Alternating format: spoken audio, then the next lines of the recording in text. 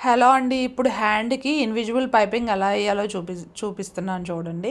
ఇది నేను thread piping already చేసేసి నేను లైనింగ్‌కి స్టిచ్ చేశాననమాట. నెక్స్ట్ టైం మీకు థ్రెడ్ పైపింగ్ లైనింగ్‌కి ఎలా అటాచ్ చేయాలో కూడా చూపిస్తాను. ఈ విధంగా పెట్టుకోవాలన్నమాట. ఈ విధంగా లైనింగ్‌కి అటాచ్ చేసిన తర్వాత మళ్ళీ దాన్ని ఒరిజినల్ క్లాత్ మీద పెట్టుకొని అలాగా స్టిచ్ చేయాలన్నమాట. థ్రెడ్ పక్కనే కుట్టుపడేలాగా చూసుకోవాలి. ఇలా స్టిచ్ చేసిన తర్వాత ఎక్స్ట్రా క్లాత్‌ని కట్ చేసుకోవాలి. చూడండి ఇదిగోండి ఈ విధంగా కట్ చేసుకున్న తర్వాత మనం నా వీడియో మొదటిసారి చూస్తున్నట్టయితే లైక్ చేయండి, షేర్ చేయండి, సబ్స్క్రైబ్ చేయండి. చాలామంది సబ్స్క్రైబ్ చేయకుండా చూస్తున్నారు. ప్లీజ్ సబ్స్క్రైబ్ అండి.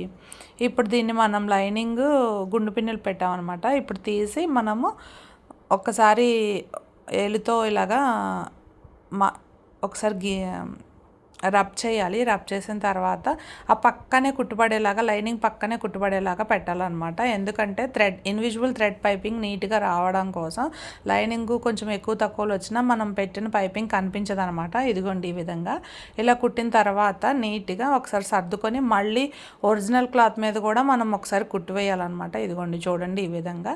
ఇప్పుడు మళ్ళీ దీన్ని తిప్పి ఈ విధంగా మనము స్టిచ్ చేయాలి. చూడండి ఇన్విజిబుల్ థ్రెడ్ పక్కనే అనమాట గ్రీన్ కలర్ పైపింగ్ వేశాను నేను.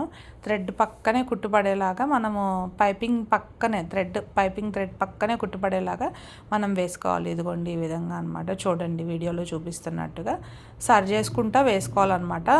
పైపింగ్ చక్కగా నీట్గా కనపడాలన్నమాట. చూసారు కదా ఈ విధంగా ఈ వీడియోలో చూపించినట్టుగా ఇలా చేయాలన్నమాట. ఈ విధంగా చేయాలి.